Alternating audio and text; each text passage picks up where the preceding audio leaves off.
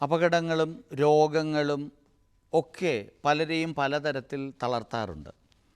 അപകടങ്ങളിൽപ്പെട്ട് കൈകാലുകളുടെ ചലനശേഷി നഷ്ടപ്പെടാം. അതുപോലെ തന്നെ സ്ട്രോക്കോ ഹാർട്ട് അറ്റാക്കോ ക്യാൻസറോ അല്ലെങ്കിൽ മറ്റേതെങ്കിലും തരത്തിലുള്ള അസുഖങ്ങൾ ബാധിച്ച് ചലനശേഷി നഷ്ടപ്പെടാം. അപ്പോൾ ഇങ്ങനെയുള്ള നിരവധി സാധ്യതകൾ, മാനസികമായ രോഗം ബാധിച്ച് ചിലപ്പോൾ ഡിപ്രഷനുള്ള ആൾക്കാർ, ഇങ്ങനെയൊക്കെ പലതരത്തിലുള്ള രോഗാവസ്ഥകൾ നമ്മുടെ ചുറ്റിലുമുണ്ട്. അപ്പോൾ ഇത്തരത്തിലുള്ള ആൾക്കാരെയൊക്കെ അത് പ്രായഭേദമന്യേ ചെറിയ കുട്ടികൾ മുതൽ വലിയ ആൾക്കാർ വരെ പ്രായമേറിയ സീനിയർ സിറ്റിസൺസ് വരെയുള്ള ആൾക്കാർക്ക് ഇത്തരം രോഗാവസ്ഥകൾ ഉണ്ടാകാം. ഇത്തരത്തിലുള്ള രോഗാവസ്ഥകളെ നമുക്ക് ഉള്ള ആൾക്കാരെ പരിചരിക്കുക എന്ന ഒരു വലിയ ചുമതല നിർവഹിക്കുന്ന ആൾക്കാരാണ് ഓക്കുപേഷണൽ തെറാപ്പിസ്റ്റുമാർ.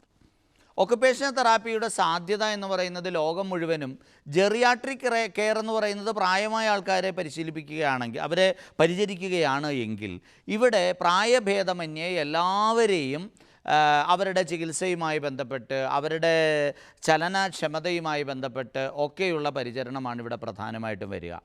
അപ്പോൾ ഇത്തരത്തിലുള്ളൊരു മേഖലയിലേക്ക് കടന്നു ചെല്ലാൻ ആഗ്രഹിക്കുന്ന ആൾക്കാർ, കാരണം ലോകം മുഴുവനും നോക്കുമ്പോഴത്തേക്കും നമ്മൾ വികസിത രാജ്യങ്ങളിലൊക്കെ ആൾക്കാർ പ്രായമായിക്കൊണ്ടിരിക്കുന്നു. അതേ അവസ്ഥ തന്നെയാണ് കേരളത്തിലുമുള്ളത്. താമസിയാതെ നമ്മുടെ ആൾക്കാരെല്ലാവരും തന്നെ ഒരു 60 വയസ്സിൽ ഉള്ള ആൾക്കാരുടെ എണ്ണം വളരെയധികം വർദ്ധിക്കുകയും ചെറിയ പ്രായത്തിലുള്ള ആൾക്കാർക്ക് വീട്ടിൽ നിന്നുകൊണ്ട് ഇവരെയൊക്കെ പരിചരിക്കാൻ കഴിയാത്ത അവസ്ഥകൾ ഉണ്ടാകുന്നു. അപകടങ്ങളോ രോഗാവസ്ഥയോ ഉണ്ടായിക്കഴിഞ്ഞാൽ സ്ട്രോക്കോ ഡിമെൻഷ്യയോ ഒക്കെ പോലുള്ള എന്തെങ്കിലും, അതുപോലെ തന്നെ ലോക്കോമോട്ടീവായിട്ടുള്ള ചില പ്രശ്നങ്ങളുള്ള ആൾക്കാരുണ്ടാവും. അപ്പോൾ അങ്ങനെയുള്ള ആൾക്കാരെയൊക്കെ പരിചരിക്കുക, അവരെയൊക്കെ പൂർവ്വസ്ഥിതിയിലേക്ക് കൊണ്ടുവരുന്നതിന് വേണ്ടിയിട്ടുള്ള ഒരു എഫേർട്ട് എടുക്കുക എന്ന വളരെ കൃത്യമായ മെഡിക്കേഷൻ, അതുപോലെ തന്നെ മറ്റു തരത്തിലുള്ള ഡ്രസ്സിങ്, മറ്റു തരത്തിലുള്ള എക്സസൈസുകൾ, ഇതെല്ലാം കൊടുക്കുന്നതിന് പ്രോപ്പറായിട്ട് അവരെ ട്രെയിൻ ചെയ്യുക, അവരെ പരിപാലിക്കുക. ഈ ഒരു റെസ്പോൺസിബിലിറ്റി നിർവഹിക്കുന്ന ആൾക്കാരാണ് യഥാർത്ഥത്തിൽ ഓക്കുപേഷണൽ തെറാപ്പിസ്റ്റുമാർ. ആശുപത്രിയിൽ മാത്രമല്ല, വീടുകളിലും സ്ഥാപനങ്ങളിലും ഒക്കെയായിട്ട് നിരവധി സാധ്യതകളുള്ളൊരു തൊഴിൽ മേഖല തന്നെയാണ്. ഏതാണ്ട് ലോകത്ത് ഈ തൊഴിൽ മേഖലയുടെ വളർച്ചയുടെ നിരക്കെടുത്തു കഴിഞ്ഞാൽ US ലേബർ സ്റ്റാറ്റിസ്റ്റിക്സ് ഓർഗനൈസേഷൻ്റെ കണക്കുപ്രകാരം ലോകത്ത് ഏതാണ്ട് 11% വാർഷിക വളർച്ചാ നിരക്കാണ് ഈ തൊഴിൽ മേഖലയിലുള്ളത്. ഇന്ത്യയിലും ഏതാണ്ട് ഇതിനടുത്ത് തന്നെ വളർച്ചാ നിരക്ക് നമുക്ക് കാണാൻ കഴിയും. അപ്പോൾ ഒരു ഗ്രോത്ത് റേറ്റ് വെച്ച് നോക്കുമ്പോൾ നല്ല സാധ്യതകളുള്ള, ഫ്യൂച്ചറിൽ വളരെയധികം സാധ്യതകൾ ഉണ്ടാകാൻ പോകുന്ന ഒരു തൊഴിൽ മേഖല തന്നെയാണ്. കാരണം അപകട നിരക്കുകൾ കൂടുന്നു, ജീവിതശൈലി രോഗങ്ങളുടെ എണ്ണം വർദ്ധിക്കുന്നു. ഇതിലൂടെ ഉണ്ടാകുന്ന ഹാർട്ട് അറ്റാക്കും സ്ട്രോക്കും അടക്കമുള്ള മേഖലകൾ, പാർക്കിൻസൺസ് പോലുള്ള രോഗങ്ങൾ, മറവി രോഗം, ഇതെല്ലാം ജനങ്ങളിലേക്ക് കോമൺ ആയിക്കൊണ്ടിരിക്കുന്ന ഈ ഒരു കാലഘട്ടത്തിൽ, ക്യാൻസർ വളരെയധികം കോമൺ ആയിക്കൊണ്ടിരിക്കുന്ന ഒരു കാലഘട്ടത്തിൽ ഓക്കുപേഷണൽ തെറാപ്പിസ്റ്റുമാരുടെ സേവനം വളരെ പ്രധാനപ്പെട്ടതാണ്.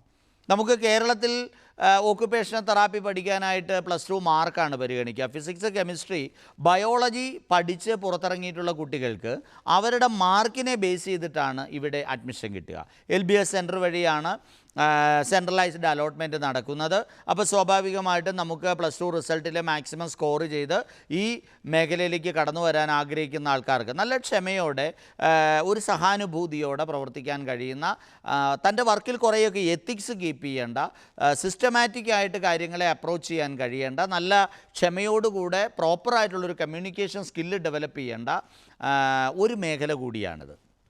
അപ്പോൾ ആ ഒരു മേഖലയിലേക്ക് താല്പര്യമുള്ള ആൺകുട്ടികൾക്കും പെൺകുട്ടികൾക്കും അവസരങ്ങൾ ഏറെയാണ്. നമ്മുടെ വിവിധങ്ങളായിട്ടുള്ള പാരാമെഡിക്കൽ കോളേജുകളിൽ ഇത്തരം കോഴ്സുകൾ പഠിക്കാൻ അവസരമുണ്ട്. അത് പഠിച്ച് പുറത്തിറങ്ങാനായിട്ട് ആഗ്രഹിക്കുന്നുവെങ്കിൽ 4 വർഷത്തെ ഈ കോഴ്സ്, 6 മാസത്തെ ഇൻറ്റേൺഷിപ്പ് അടക്കം പഠിച്ച് പുറത്തിറങ്ങിക്കഴിഞ്ഞാൽ സർക്കാർ മേഖലയിലും സ്വകാര്യ മേഖലയിലും മറ്റ് സ്ഥാപനങ്ങളിലുമൊക്കെ ജോലിയിൽ പ്രവേശിക്കുന്നതിനുള്ള സാധ്യതകൾ നമ്മുടെ ചുറ്റിലുമുണ്ട്. ആ സാധ്യതകളെ നമുക്ക് ഭംഗിയായിട്ട് ഉപയോഗപ്പെടുത്താം. അതേപോലെ തന്നെ നമ്മുടെ ഓരോരുത്തരുടെയും ചുറ്റുപാടുമുള്ള മാറിക്കൊണ്ടിരിക്കുന്ന ലോകത്തിനനുസരിച്ച് മൂവ് ചെയ്യാൻ താല്പര്യമുള്ള ആൾക്കാർ, മറ്റ് രാജ്യങ്ങളിലേക്ക് പോകാൻ താല്പര്യമുള്ള ആൾക്കാർ, അപ്പോൾ അവരൊക്കെ സ്വാഭാവികമായിട്ടും കൺസേൺഡ് ആയിട്ടുള്ള ലാംഗ്വേജ് കൂടി പഠിക്കണം. ഇപ്പോൾ UK പോകുന്ന ആൾക്കാർക്കാണെങ്കിൽ, അല്ലെങ്കിൽ യൂറോപ്യൻ രാജ്യങ്ങളിൽ പോകുന്നവരായി ആണെങ്കിൽ IELTS പഠിക്കേണ്ടതുണ്ട്. ടോഫൽ ചില രാജ്യങ്ങളിൽ ആവശ്യമായിട്ട് വരും. ജർമ്മനിയിൽ പോകുന്ന ആൾക്കാർ ജർമ്മൻ ലാംഗ്വേജ് പഠിച്ചിരിക്കണം. ജർമ്മൻ ലാംഗ്വേജ് പഠിക്കുമ്പോൾ എന്താ, നമുക്ക് പാസ്സാകാൻ 60% മാർക്ക് മതി. 60% മാർക്കുണ്ടെങ്കിൽ പാസ്സാവും, 60 മാർക്കുണ്ടെങ്കിൽ പാസ്സാവും. പക്ഷേ പാസ്സായാൽ മാത്രം പോരാ, മറ്റ് ഈ പ്രദേശത്ത് പോയി ഈ ഭാഷയെ പ്രോപ്പറായിട്ട് സംസാരിക്കാൻ, കമ്മ്യൂണിക്കേറ്റ് ചെയ്യാനായിട്ട് നമ്മൾ പലപ്പോഴും ഈ കേരളത്തിൽ നിന്ന്, നമ്മുടെ ഇന്ത്യയിൽ നിന്ന് പോകുന്ന കുട്ടികൾ പലപ്പോഴും ശ്രദ്ധിക്കാറില്ല. അവർ പോകുന്നതിനെക്കുറിച്ച് മാത്രമാണ് ചിന്തിക്കുക. അവിടെ പോയിട്ട് അവിടുത്തെ നിരവധിയായിട്ടുള്ള സാഹചര്യങ്ങളെ അതിജീവിക്കുന്നതിന് ഒരിക്കലും പ്രിപ്പയർ ചെയ്യാറില്ല. അതൊഴിവാക്കണം. അപ്പോൾ അങ്ങനെ വിദേശ രാജ്യങ്ങളിലേക്ക് പോകാൻ ആഗ്രഹിക്കുന്ന ആൾക്കാർക്ക് അത്തരത്തിലൊരു പ്രിപ്പറേഷൻ, അതല്ല ഇന്ത്യയിൽ വർക്ക് ചെയ്യാൻ ആഗ്രഹിക്കുന്ന ആൾക്കാർക്കാണെങ്കിൽ മറ്റൊരു പ്രിപ്പറേഷൻ. വിദേശത്തേക്ക് പോകുന്നത് മാത്രമല്ല, നമ്മുടെ നാട്ടിൽ ധാരാളം തൊഴിൽ സാധ്യതകളുണ്ട്. ഇത്തരം തൊഴിൽ സാധ്യതകളെ ഉപയോഗപ്പെടുത്തുമ്പോൾ ഏറ്റവും പ്രധാനമായിട്ട് പരിഗണിക്കപ്പെടേണ്ടത് കുട്ടികളുടെ എംപ്ലോയബിലിറ്റി തന്നെയാണ്. ഏറ്റവും നല്ല എംപ്ലോയബിലിറ്റിയുള്ള ആൾക്കാർക്കാണ് ജോലിയിൽ നിലനിൽക്കാൻ പറ്റുക. അല്ലാതുള്ളവർ അവിടെ പതുക്കെ റീപ്ലേസ് ചെയ്യപ്പെട്ടുകൊണ്ടിരിക്കും. അപ്പോൾ അതുകൊണ്ട് തന്നെ നമ്മുടെ എംപ്ലോയബിലിറ്റിയെ പതുക്കെ ഡെവലപ്പ് ചെയ്യാനും ആ ഡെവലപ്പ് ചെയ്തിട്ടുള്ള എംപ്ലോയബിലിറ്റിയെ പ്രോപ്പറായിട്ട് പ്രസൻറ്റ് ചെയ്യാനുമുള്ളൊരു കഴിവ്, സഹാനുഭൂതിയോടെ, ക്ഷമയോടെ പേഷ്യൻസിനെ സമീപിച്ച് അവരിൽ നിന്ന് നല്ലൊരു ഗുഡ് റിവ്യൂ നേടിയെടുക്കാനും കൂടെ കഴിയുന്നതാണ് സ്വകാര്യ മേഖലയിലും അതുപോലെ തന്നെ സ്റ്റാർട്ടപ്പുകളിലുമൊക്കെ പ്രവർത്തിക്കാൻ ആഗ്രഹിക്കുന്ന ആൾക്കാർക്ക് സഹായകരമാവുക.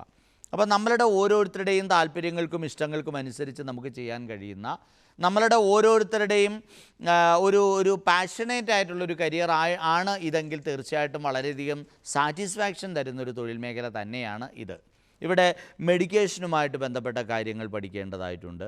അതുപോലെ തന്നെ ജനങ്ങളുടെ ചലനശേഷിയുമായിട്ട് ബന്ധപ്പെട്ട കാര്യങ്ങളെക്കുറിച്ച് വ്യക്തമായൊരു ധാരണ നമുക്കുണ്ടാവേണ്ടതായിട്ടുണ്ട്.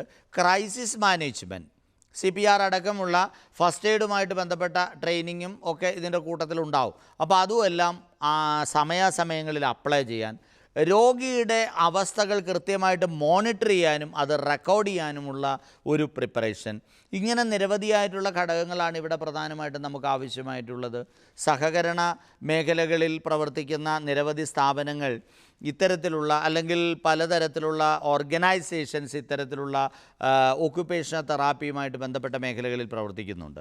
വിദേശ രാജ്യങ്ങളിലൊക്കെ ജോലി ചെയ്യുന്ന മക്കൾക്ക് നാട്ടിലുള്ള പാരൻസിനെ പലപ്പോഴും പരിചരിക്കാനായിട്ട്, അവരുടെ ആവശ്യങ്ങൾ നിറവേറ്റാനായിട്ട് ഓക്യുപ്പേഷണൽ തെറാപ്പിസ്റ്റുമാരെ വീടുകളിൽ പോസ്റ്റ് ചെയ്യുന്ന ഒരവസ്ഥയിലേക്ക് നമ്മുടെ നാടും എത്തിക്കഴിഞ്ഞിരിക്കുന്നു. അപ്പോൾ സ്വാഭാവികമായിട്ടും ഇത്തരത്തിലുള്ള വിശാലമായ ഈ ഒരു പഠന തൊഴിൽ മേഖലയിലേക്ക് ബയോളജി, ഫിസിക്സ്, കെമിസ്ട്രി പഠിച്ച കുട്ടികൾക്ക് അപ്ലൈ ചെയ്യാം.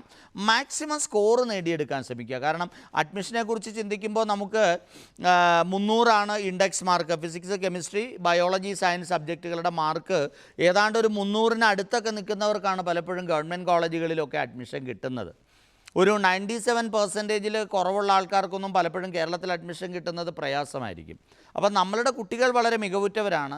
ഇവിടെ പഠിക്കാൻ അഡ്മിഷൻ കിട്ടണമെങ്കിൽ വളരെ കോമ്പറ്റീറ്റീവായിട്ടുള്ള ഒത്തിരി തയ്യാറെടുപ്പുകൾ നമുക്ക് ആവശ്യമാണ് എന്ന് ആദ്യം മനസ്സിലാക്കിക്കൊണ്ട് ആ രീതിയിൽ പ്രിപ്പയർ ചെയ്ത് മുന്നോട്ട് പോകുന്നതിനെക്കുറിച്ച് കുട്ടികൾ ആദ്യം ചിന്തിക്കുക. അതിന് വേണ്ടിയിട്ടുള്ളൊരു തയ്യാറെടുപ്പ്.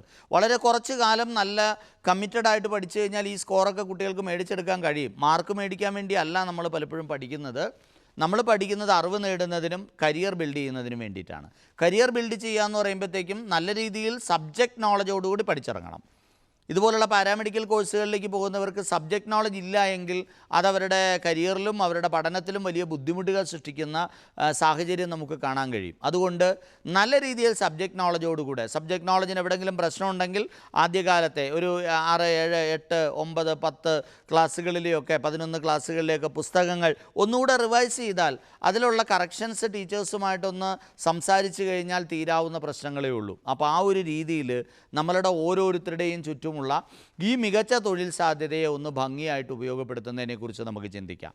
അപ്പോൾ സ്വാഭാവികമായിട്ടും ഒക്കുപേഷണൽ തെറാപ്പി എന്ന ഒരു മേഖലയിലേക്ക് പോകാൻ ആഗ്രഹിക്കുന്ന ഏതൊരു കുട്ടിയെ സംബന്ധിച്ചിടത്തോളവും മികച്ച തൊഴിൽ സാധ്യതയുണ്ട്, നല്ല വരുമാന സാധ്യതയുണ്ട്, കരിയർ ഗ്രോത്തിനുള്ള സാധ്യതകൾ ഏറെയാണ്, ഉപരിപഠന സാധ്യതകളും നമുക്ക് ലഭ്യമാണ്. ടീച്ചിങ് പ്രൊഫഷനിലേക്കൊക്കെ പോകാൻ ആഗ്രഹിക്കുന്ന ആൾക്കാർക്ക് പോസ്റ്റ് ഗ്രാജുവേഷൻ എടുത്തിട്ട് ആ ഒരു മേഖലയിലേക്ക് കടന്നു ചെല്ലാൻ സാധിക്കും. കുറച്ചുകൂടെ സ്പെഷ്യലൈസ് ചെയ്യാൻ ആഗ്രഹിക്കുന്ന ആൾക്കാർക്ക് സ്പെഷ്യലൈസേഷൻ പ്രോഗ്രാമുകൾ നമ്മുടെ ദേശീയ തലത്തിലുള്ള സ്കിൽ ഡെവലപ്മെൻറ്റ് പ്രോഗ്രാമുമായിട്ട് ബന്ധപ്പെട്ട് NSQF പ്ലാറ്റ്ഫോമിലൊക്കെ നഴ്സിംഗ് മേഖലയിലൊക്കെ ധാരാളം സ്കിൽ ഡെവലപ്മെൻറ്റ് പ്രോഗ്രാമുകൾ കേന്ദ്ര സർക്കാരിൻ്റെ നേതൃത്വത്തിൽ അവതരിപ്പിക്കപ്പെട്ടിട്ടുണ്ട്. അതിനെയൊക്കെ നമുക്ക് ഉപയോഗപ്പെടുത്താനും അവസരങ്ങളുണ്ട്. വിദേശ രാജ്യങ്ങളിലൊക്കെ ഇതിനൊരു ലൈസൻസിങ് പ്രോഗ്രാം ആവശ്യമായിട്ട് വരുന്നുവെങ്കിൽ അതിനു വേണ്ടിയിട്ടുള്ള പ്രിപ്പറേഷൻസ് വേണം. അത് അപ്രൂവ് ചെയ്യുന്ന സ്ഥാപനങ്ങളെക്കുറിച്ച് നമുക്ക് വ്യക്തമായ ധാരണ വേണം. തയ്യാറെടുപ്പുകളെക്കുറിച്ച് ധാരണ വേണം. അതുപോലെ തന്നെ ആരോഗ്യം, അതും വളരെ പ്രധാനപ്പെട്ട ഒരു ഘടകമാണ്.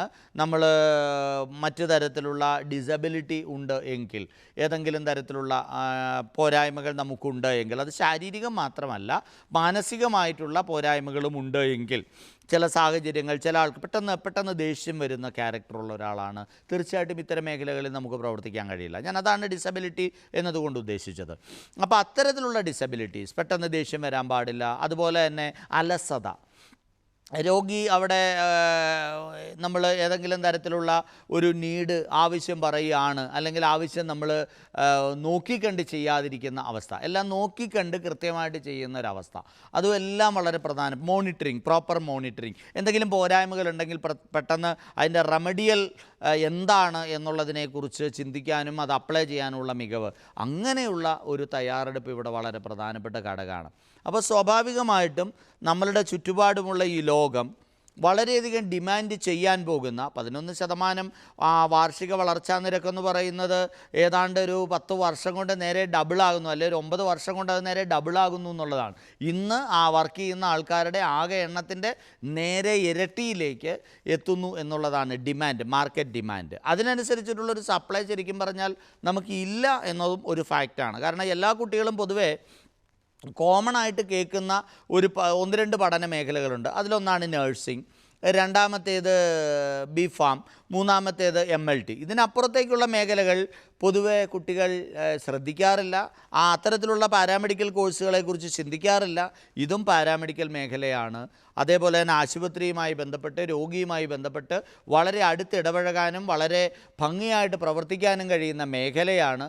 ആ മേഖലയെക്കുറിച്ചുള്ള ധാരണകൾ, ചിന്തകൾ നമുക്കുണ്ടെങ്കിൽ തീർച്ചയായിട്ടും താല്പര്യമുള്ള കുട്ടികൾക്ക് നല്ല സാധ്യതകൾ തന്നെ ഒരുക്കുന്ന ഒരു പഠന മേഖലയാണ് ഈ ഒരു ഒക്കുപേഷണൽ തെറാപ്പി എന്ന് നമുക്ക് കാണാൻ കഴിയും. ആ ഒക്കുപേഷണൽ തെറാപ്പി എന്ന മേഖലയിലേക്ക് പോകുമ്പോൾ സ്വാഭാവികമായിട്ടും സ്വകാര്യ മേഖലയിലെ ജോലികളാണെങ്കിൽ നമ്മളതിന് മതിയായ ഒരു എക്സ്പീരിയൻസ് നേടിയെടുത്താൽ മതിയാവും. നേരെ മറിച്ച് നമുക്ക് സർക്കാർ മേഖലയിലാണെങ്കിൽ പബ്ലിക് സർവീസ് കമ്മീഷനും അടക്കമുള്ള റിക്രൂട്ട്മെൻറ്റ് ഏജൻസികളുടെ പ്രിപ്പറേഷൻ, അതിനു വേണ്ടിയിട്ട് കൂടി നമ്മൾ തയ്യാറെടുക്കേണ്ടത് ആവശ്യമാണ്. ഇത്തരത്തിലുള്ളൊരു കളക്റ്റീവായിട്ടുള്ളൊരു എഫേർട്ട് നടത്തി കൃത്യമായ പ്ലാനിങ്ങോടുകൂടെ മുന്നോട്ട് പോയാൽ മികച്ച സാധ്യതകളും മികച്ച വളർച്ചാ നിരക്കുമുള്ളൊരു കരിയർ സെക്ടറായിട്ട് ഒക്കുപേഷണൽ തെറാപ്പിയെ നമുക്ക് കാണാൻ സാധിക്കും.